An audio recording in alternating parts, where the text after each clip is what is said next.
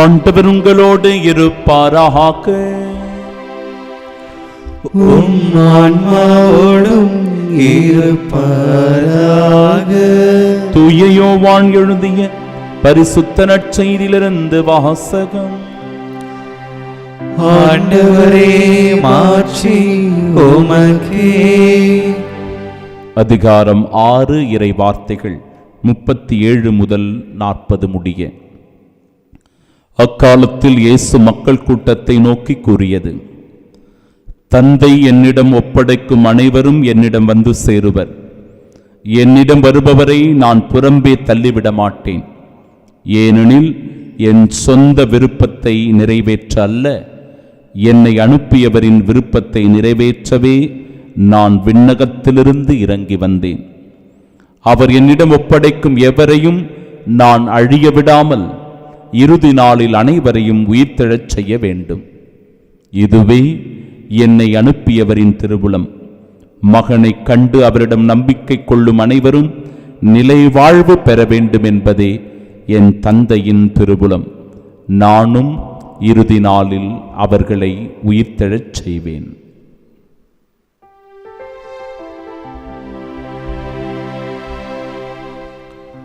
ஆண்டவரின் அருள்வாக்கு.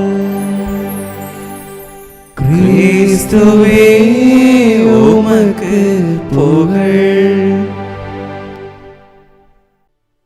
கண்களை மூடி பக்தியோடு நாம் ஜெபிப்போமாக.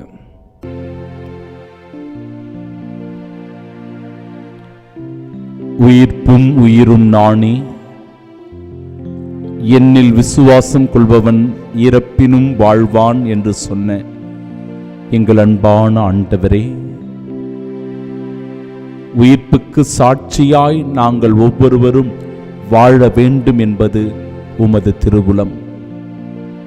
ஏனென்றால் மரணத்தை வென்றவர் நீர், நிலை வாழ்வின் நம்பிக்கை நீர். இந்த மானிடகுலம் பாவத்தில் விழுந்தபோது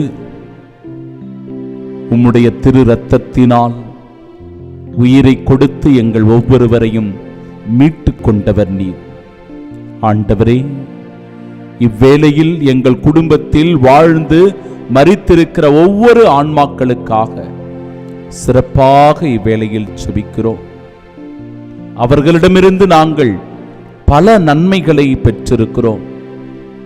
எவ்வளவோ விதங்களில் அவர்கள் எங்களுக்கு உறுதுணையாக உதவியாக இருந்திருக்கிறார்கள். ஆனால் இப்பொழுது நாங்கள் அவர்களை எல்லாம் இழந்திருக்கிறோம். தகப்பனே, அப்படிப்பட்ட நல்ல உறவுகளுக்காக இவ்வேளையில் நினைவு கூர்ந்து ஜெபிக்கிறோம். அப்பா, அவர்களுக்கு ஆன்ம இளைப்பாற்றியை தந்தருளும். அவர்கள் செய்த பாவங்கள், குற்றம், குறைகள், தவறுகளை மன்னித்தருளும். அவர்கள் மீது நீர் இரக்கம் காட்டியருளும். ஆண்டவரே, உத்தரிக்கும் நிலையில் வேதனைப்படுகிற ஆன்மாக்களும் யாரும் நினையாத ஆன்மாக்களின் மீதும் நீர் இரக்கம் காண்பித்து எங்களுடைய வேண்டல்கள், விண்ணப்பங்களின் வழியாய் அவர்கள் நித்திய பேரின்பத்தை அடைய எங்கள் ஆண்டவராகிய கிறிஸ்து வழியாக உம்மை மன்றாடுகிறோம். உமது அருள் உதவியால் நாங்கள் ஒவ்வொருவரும் ஆறுதல் தேறுதல் பெற மன்றாடுகின்றோம். ஆமீன். கிறிஸ்தவர்களுக்கு வாழ்வு மாறுபடுகிறதே அன்றி அழிந்து போவதில்லை.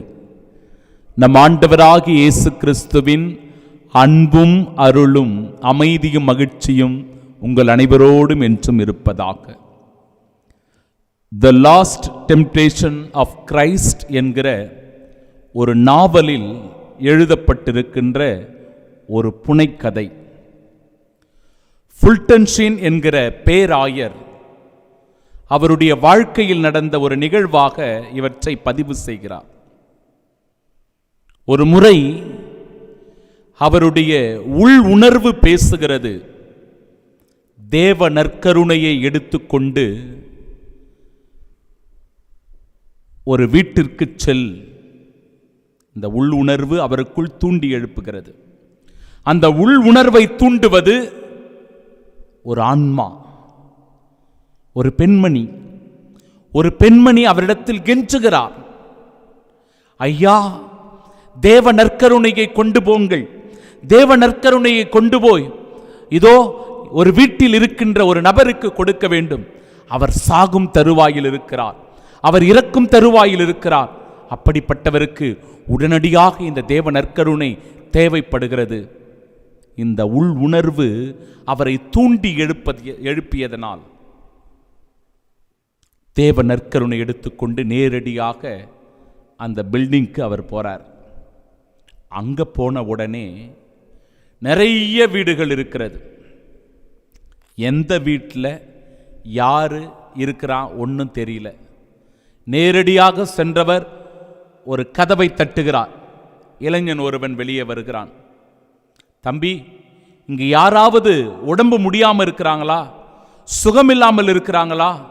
சாகும் தருவாயில் இருக்கிறார்களா? அந்த இளைஞன் சொல்றான், ஐயா, அப்படி யாரையும் நான் பார்க்கவில்லையே, அப்படி யாரையும் இந்த இடத்தில் இருப்பதாக தெரியவில்லையே என்று சொல்லுகிறான். சரி வா பார்ப்போம் என்று சொல்லி அந்த பில்டிங் ஃபுல்லாக போய் தேடி பார்க்குறாங்க. பல அறைகளினுடைய கதவுகள் தட்டப்பட்டு திறக்கப்படுகின்றன. யாரும் அப்படிப்பட்டவர்கள் அங்கு இருப்பதாக தெரியல. இறுதியாக சோர்ந்து போகின்ற அவர், ஐயோ, நான் தேவ நற்கருணையை கொண்டு வந்து விட்டேன், இந்த தேவ நற்கருணையை கொடுக்க வேண்டும், வழங்க வேண்டும், நீ இதை பெற்றுக்கொள்ளுகிறாயா என்று அந்த இளைஞனிடத்தில் கேட்கிறார். அந்த இளைஞன் சொல்லுகிறான், ஐயையோ, எனக்கு கடவுள் மேலெல்லாம் நம்பிக்கை கிடையாது. எங்கள் அம்மா இறந்தப்பவே நான் கடவுள் நினைக்கிறத விட்டுட்டேன், அதெல்லாம் எனக்கு நம்பிக்கை இல்லை அப்படின்னு சொல்கிறான். நீ தான் எனக்கு தேவை. நல்ல ஒரு பாவ சங்கீர்த்தனம் செய்வாயா? நான் நாத்திகன், நான் எதுக்கு இதெல்லாம் செய்யணும்? இல்லை, நீ செய்ய விரும்புகிறாயா? ஆம் என்று சொல்லி, பிரியமானவர்களே, அவன் ஒரு நல்ல பாவ சங்கீர்த்தனம் செய்கிறான். அதன் பிறகு தேவ நற்கருணை அவனுக்கு வழங்கப்படுகிறது. தேவ நற்கருணை வழங்கிய உடனே இந்த குருவானவர் வெளியேறுகிறார். அவரை அனுப்புவதற்காக இந்த இளைஞனும் கூடவே வரான். வெளியில அவர்கள் வருகிற போது திடீரென்று ஒரு பாம் வெடிக்கிறது. அந்த கட்டடம் முழுவதுமே இடிந்து சுக்குநூறாக விழுகிறது. பின்னாளில் இதை பற்றி குறிப்பிடுகிற போது, அந்த மகனுக்காக என்னுடைய உள் உணர்வை தூண்டிய ஒரு பெண்மணி யார் என்றால் அது ஒரு ஆன்மா என்று சொல்லுகிறார். அந்த இளைஞனுடைய தாய் தான், அந்த ஆன்மாதான் என்னை தூண்டி எழுப்பி அவரை காப்பாற்றும்படியாக செய்தது. ஆமென். அன்பிற்குரியவர்களே, இது ஒரு புனை நிகழ்வாக இருக்கலாம், ஆனால் இதில் பல உண்மைகள் அடங்கியிருப்பதை நாம் உணர வேண்டும். ஆன்மாக்களை ஏன் நாம் நினைவு கூறுகிறோம்? ஏன் திருப்பலி இந்த ஆன்மாக்களுக்காக ஒப்பு கொடுக்கிறோம்? இதனால நமக்கு என்ன பயன்? திருச்சபை இதை பற்றி என்ன சொல்லுகிறது? இதற்கான வாழ்க்கை பாடம்தான் என்ன?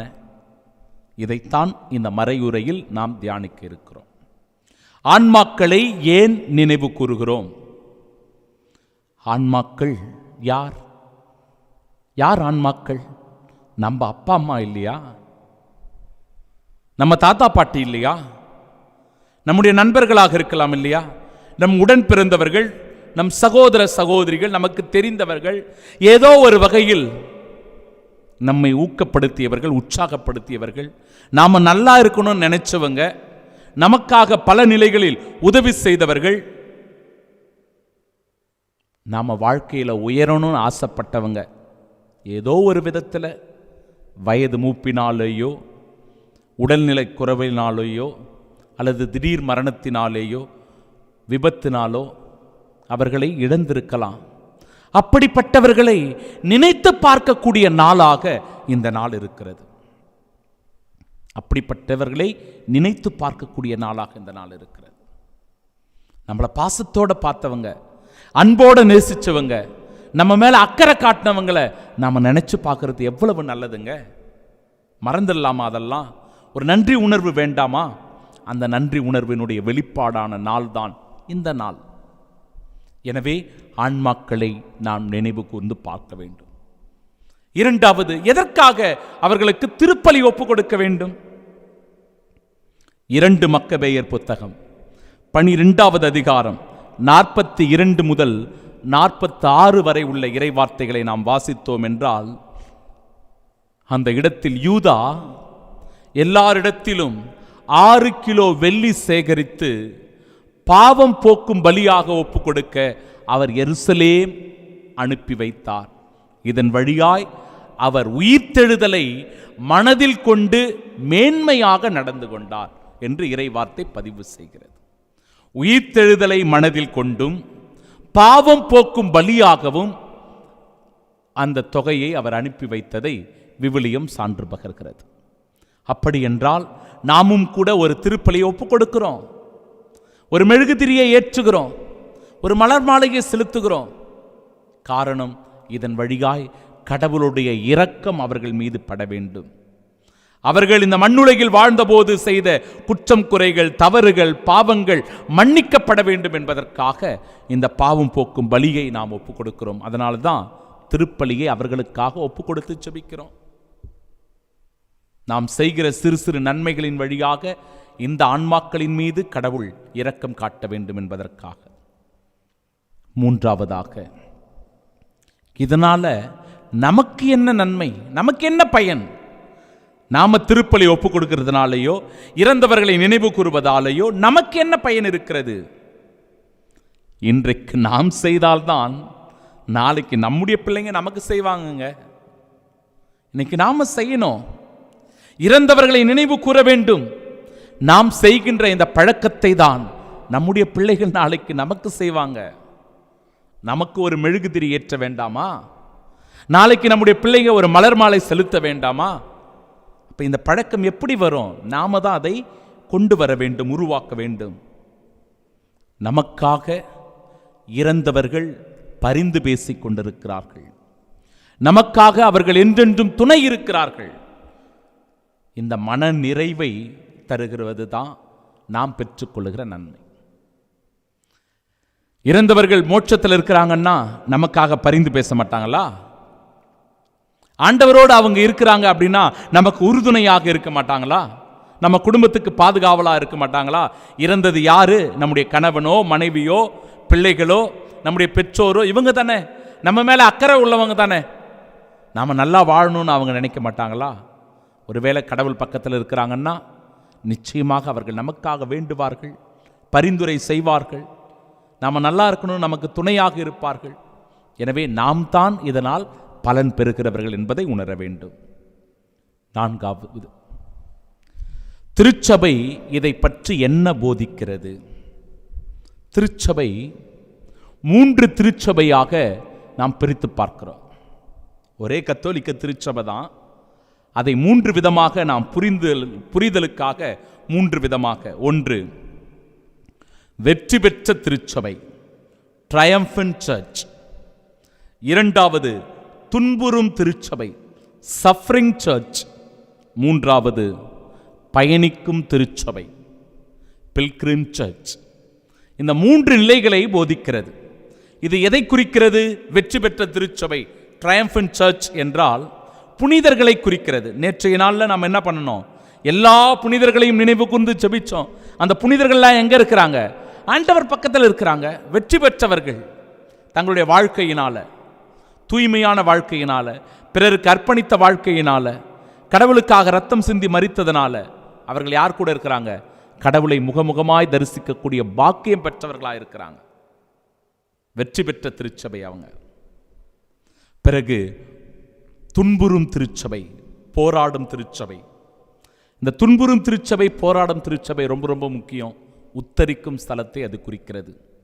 உத்தரிக்கும் நிலையில் இருக்கிற ஆன்மாக்கள், ஆண்டவரிடத்தில் போய் சேர முடியாம ஒவ்வொரு நாளும் ஏக்கத்தோடு கவலையோடு இருக்கிற ஆன்மாக்கள், யாராவது அந்த ஆன்மாக்களுக்காக ஜெபிக்க மாட்டார்களா என்கிற தவிப்பில் இருக்கிறவர்கள், அவர்களுக்காகத்தான் இந்த திருப்பலி, அவர்களுக்காகத்தான் இந்த நாளினுடைய எல்லா செயல்களும். திருச்சபை வலியுறுத்தி அதை சொல்லுகிறது. அப்படிப்பட்ட ஆன்மாக்களுக்காக நாம் ஜெபிக்கணும். துன்புறுகிற ஆன்மாக்களுக்காக, அந்த ஆன்மாக்களுக்காக நாம் இந்த இடத்தில் ஜெபிக்கிற போது அந்த ஆன்மாக்கள் கடவுளிடத்தில் கொண்டு போய் சேர்க்கப்படுகிறது. இதை உணர்ந்து நாம் செயல்பட வேண்டும் அன்பிற்குரியவர்களே. மூன்றாவது பில்கிரிம் சர்ச், பயணிக்கும் திரு அவை. நாம் எல்லாரும், இந்த உலகத்தில் இருக்கிற நாம் எல்லோரும் பயணிக்கும் திருச்சபை, வெற்றி பெற்ற திருச்சபையை நோக்கி நாம் ஒவ்வொருவரும் பயணித்து கொண்டே இருக்கிறோம். அந்த மனநிலையை உருவாக்கி கொள்ள திருச்சபை நமக்கு இந்த படிப்பினைகளை போதிக்கிறது. பிறகு இதன் வழியாய் நமக்கு என்ன வாழ்க்கை பாடத்தை நாம் கற்றுக்கொள்ளலாம்? இன்றைய நாளினுடைய முதல் வாசகத்தில் பார்க்கிறோம், அனைவரின் முகத்தை மூடியுள்ள முக்காட்டை அவர் அகற்றி விடுவார், துன்பத் துகிலை அவர் தூக்கி எறிவார், என்றுமே இல்லாதவாறு சாவை ஒழித்து விடுவார், எல்லா முகங்களிலிருந்தும் அவர் கண்ணீரை துடைத்து விடுவார். இதன் வழியாய் நம் ஆண்டவர் இயேசு கிறிஸ்து புது வாழ்வை நமக்கு தருகிறார் என்கிற உண்மையை அது எடுத்து சொல்லுகிறது. இன்றைய நாளினுடைய பதிலுரை பாடலிலும், உண்மையாகவே என் வாழ்நாளெல்லாம் உம் அருள் நலமும் பேரன்பும் என்னை புடை சூழ்ந்து வரும், நானும் ஆண்டவர் இல்லத்தில் நெடுநாள் வாழ்ந்திருப்பேன். திருப்பாடல் 23:6 இறைவார்த்தை. கிறிஸ்து உயிருடன் எழுப்பப்படவில்லை என்றால், யோசிச்சு பாருங்களேன், கிறிஸ்து உயிருடன் எழுப்பப்படவில்லை என்றால் இவ்வளவு நேரம் நான் கத்திக்கொண்டிருக்கிறேனே வீண். கிறிஸ்து உயிருடன் எழுப்பப்படவில்லை என்றால் நாங்கள் அறிவித்த நற்செய்தியும் நீங்கள் கொண்டிருக்கும் நம்பிக்கையும் வீண் என்று சொல்லுகிறார் பவுலடிகளார். இறந்த கிறிஸ்து உயிருடன் எழுப்பப்பட்டார், அவரே முதலில் எழுப்பப்பட்டார். இதனால் நாம் எல்லோரும் அவரை போல உயிர்த்தெழுவோம் என்கிற நம்பிக்கையை அது நமக்கு கொடுக்கிறது. எவ்வளவு அழகான செய்தியை அற்புதமாய் பவுலடிகளார் சொல்லுகிறார்கள் பாரு. இதையே 1 கொரிந்தியர் 15:55 இறைவார்த்தை, சாவே உன் வெற்றி எங்கே, சாவே உன் கொடுக்கு எங்கே? அந்த சாவின் கொடுக்கை பிடுங்கியவர் நம் ஆண்டவர் இயேசு கிறிஸ்து, உயிர்ப்பு என்கிற அடையாளத்தின் வழியாக. இப்போ வாழ்க்கை பாடம் என்ன? இதுதான் வாழ்க்கை பாடம். நிலையற்ற இந்த உலகம், நாம் எல்லாரும் ஒரு நாள் இறக்கத்தாங்க போகிறோம். எப்படி இந்த உலகத்தில் பிறந்தோமோ அப்படி தான் இந்த உலகத்தை விட்டு போகும்போதும் இருக்க போகிறோம். அப்படின்னா இறப்பே நிரந்தரம்.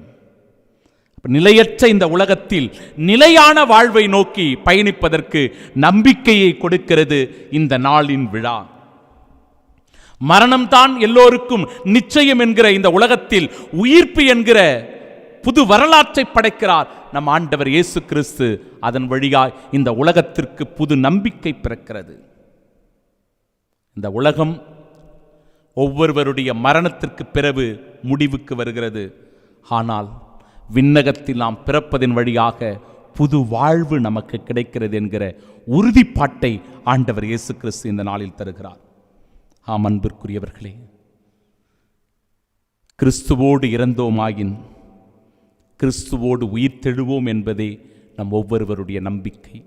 இந்த ஆழமான நம்பிக்கையில், ஆழமான விசுவாசத்தில் இதோ ஆன்மாக்களுக்காக நீங்கள் ஏற்றுகின்ற ஒரு மெழுகுதிரி ஆண்டவர் திருமுன்னிலையில் என்றென்றும் அது ஒளிர்ந்து கொண்டே இருக்க வேண்டும், சுடர்விட்டு கொண்டே இருக்க வேண்டும். இதோ இந்த ஆன்மாக்களுக்காக நீங்கள் செலுத்துகின்ற ஒரு மலர் மாலை ஆண்டவருடைய திருமுன்னிலையில் மனம் வீசிக்கொண்டே இருக்க வேண்டும். இதோ இந்த நாளில் ஒரு ஆன்மாவுக்காக நீங்கள் போடுகின்ற தூபம் ஆண்டவருடைய திருமுன்னிலையில் அது தூபம் போல எழும்பிக் கொண்டே இருக்க வேண்டும். விண்ணப்பமாய், மன்றாட்டுக்களாய், செபங்களாய். உங்கள் செபங்கள் ஆன்மாக்களினுடைய விடுதலை வாழ்வுக்கு என்றென்றும் உறுதுணையாக இருக்கும் என்பதில் நம்பிக்கை கொண்டு தொடர்ந்து இந்த திருப்பலியில் செபிப்போம். இறை ஆசிரை பெற்று உயிர்ப்பின் சாட்சியாய் வாழ்வோம். ஆமீன்.